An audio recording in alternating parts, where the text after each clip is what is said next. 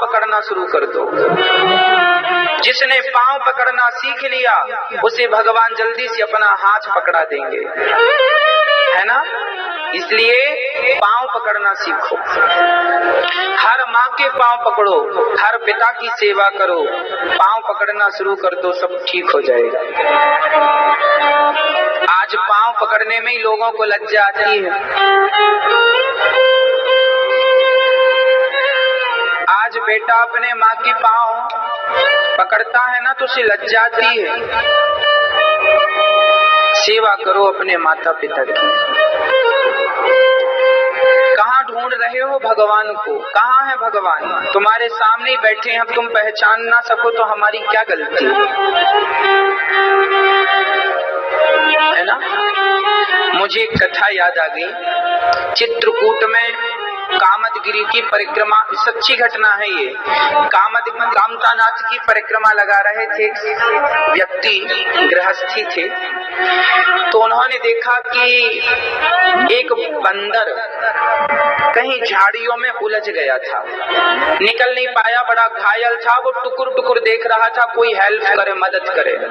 तो ये परिक्रमा लगा रहे थे, इनकी नजर बंदर पर पड़ी तो वो गए और बंदर को वहां से निकाला। बंदर को अच्छा लगा। थोड़ी देर बाद बंदर ने एक पत्थर उठाकर इनको दिया।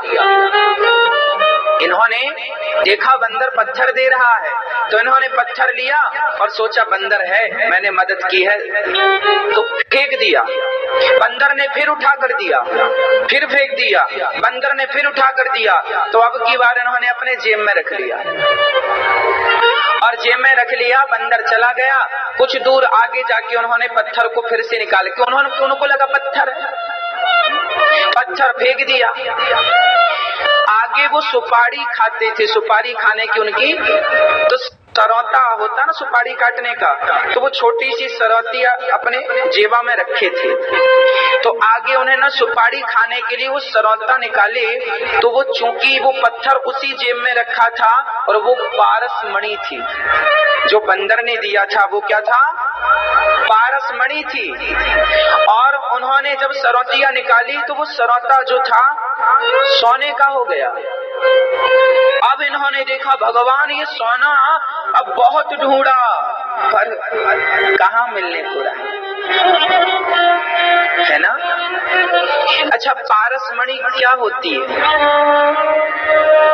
उस बंदर ने, वो कोई सामान्य बंदर नहीं, अरे हम तो ये कहें कि सामान्य बंदर है। चलो, आप जब किसी की मदद करते हैं ना तो जाने अनजाने में विधाता आप सबको पारस मणि दे देते हैं। उसे पारस मणि दी क्योंकि उन्होंने एक बंदर की मदद की।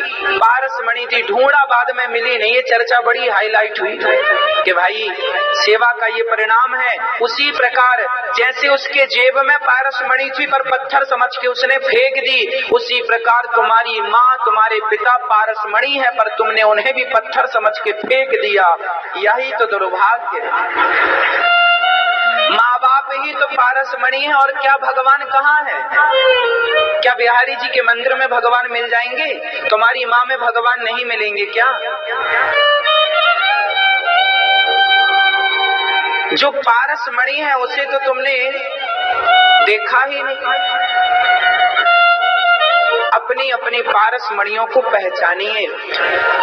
कोई संत, कोई भक्त यदि ये पुष्प उठाकर दे देना आपको तो यह पुष्प ही पारस मणि बन। पारस मणि कोई होती नहीं है, एक पत्थर ही होता है सामान्य सा, पर वो जब गुरुजनों के हाथ से, जब आपने से बगीचे से तोड़ा था तब ये फूल था, पर अब भागवत जी में चढ़ने के बाद जब मैंने आपको वापिस किया तो ये पुष्प नहीं रहा, ये प्रसाद बन गया।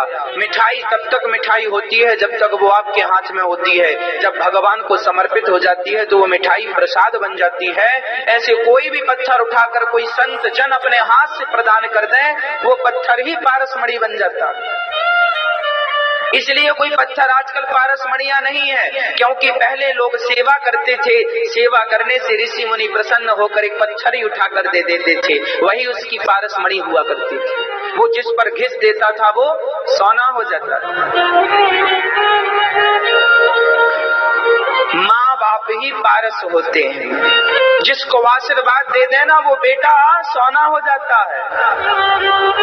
गुरु पारस होते हैं, जिसके सिर पर कृपा का हाथ रख दिया वो चेला सोना हो जाता है।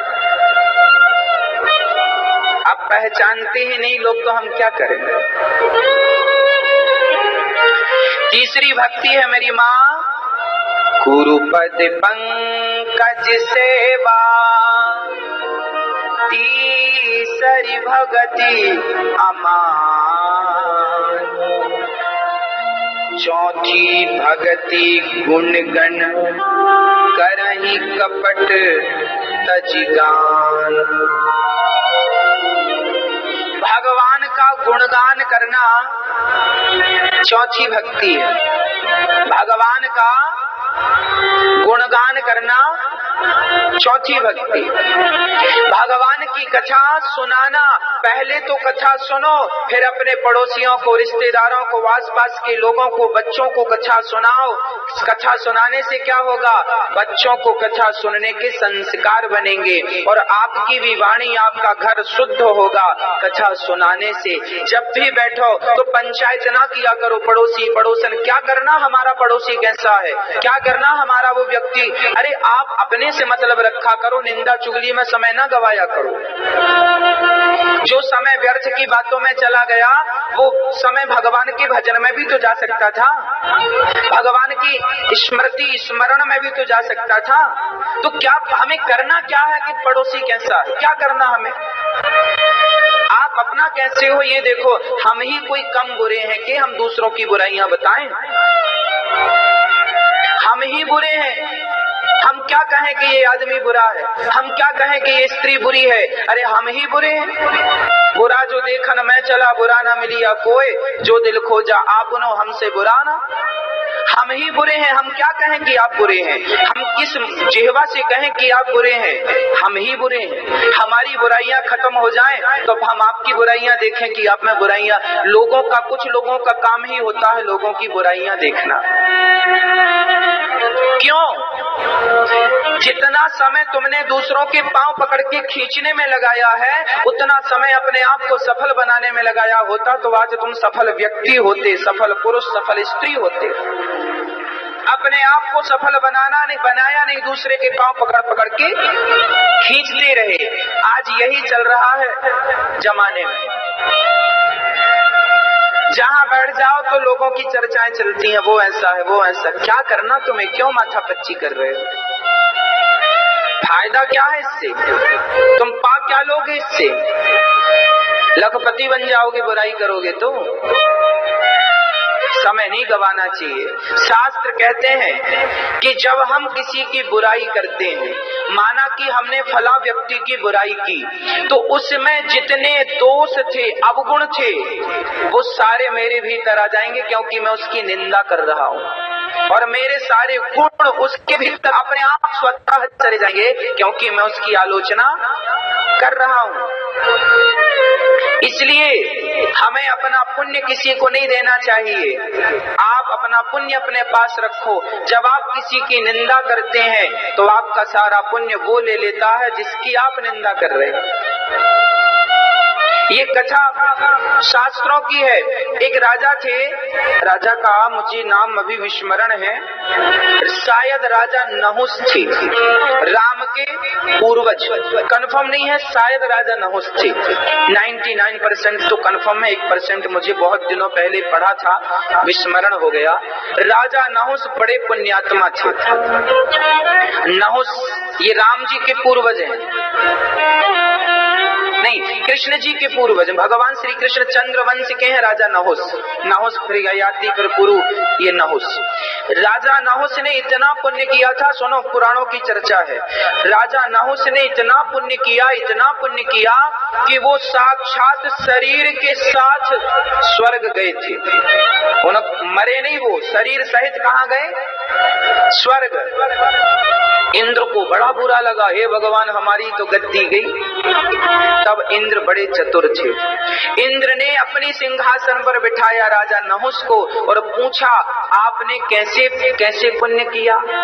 अरे नहुस ने बताया, हमने ये यज्ञ किए, वो यज्ञ किया, इतना दान दिया, इतनी दक्षिणाएं दी, इतनी गाय, इतने ब्राह्मणों की सेवा की, इतना सोना गिनाए। सुनना, जितनी देर में उन्होंने गिनाया, जितना गिना दिया उतना पुण्य उनका नष्ट हो गया 1 घंटे के भीतर। इंद्र बड़े चतुर हैं। इंद्र आपसे पूछते हैं, क्या पुण्य किया तुमने जो स्वर्ग मिला? फिर आप बड़ी डींगे मारते, हमने ये पुण्य किया, ये पुण्य। इंद्र बोले, अच्छा, घंटे भर में तुम्हारे सारे पुण्य अभी खत्म करता हूँ।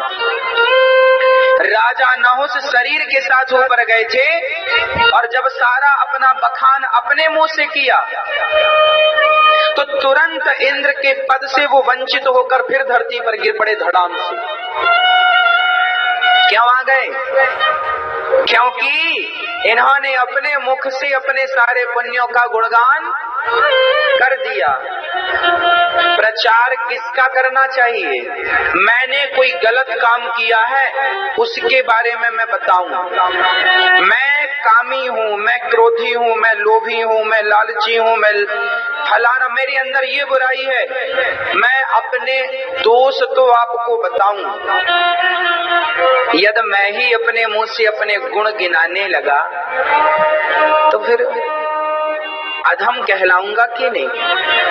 आपन मुक्ति आपन करनी, आपन मुक्ति करे बढ़ाई, वो सम अधम नीच नहीं भाई। जो व्यक्ति अपने मुंह से अपनी तारीफ प्रशंसा करे उसके जैसा अधम कौन होगा? तारीफ दूसरे करें तो बात समझ में आती है ना? आप ही अपने मुंह से गुणगान। इसलिए मेरी माँ, आपने जितने पाप किए हैं वो अपनी पड़ोसनों को बताओ, सब खत्म हो जाएंगे। पर लोग इनको नहीं बताते, छिपा छिपा के रखते और पुण्य करेंगे। अब मैया एक मैया थी। हाय।